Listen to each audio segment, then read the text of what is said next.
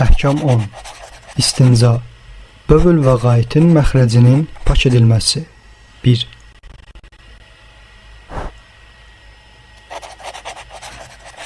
Bövülün məxrəci, sidik çıxan yer, sudan başqa bir şey ilə pak olmur.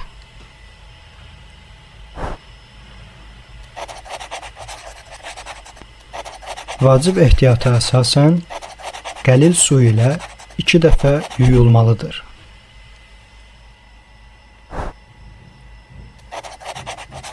Qaitin məxrəcini nəcis çıxan yer 2 yol ilə pak etmək olar.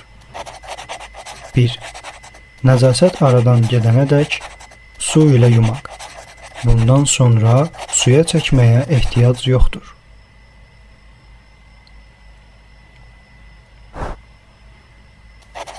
2.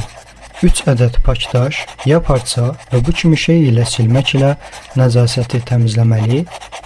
Əgər 3 parça ilə nəcasət aradan getməsə, əlavə hissələrlə nəcasəti tam şəkildə aradan aparmalıdır.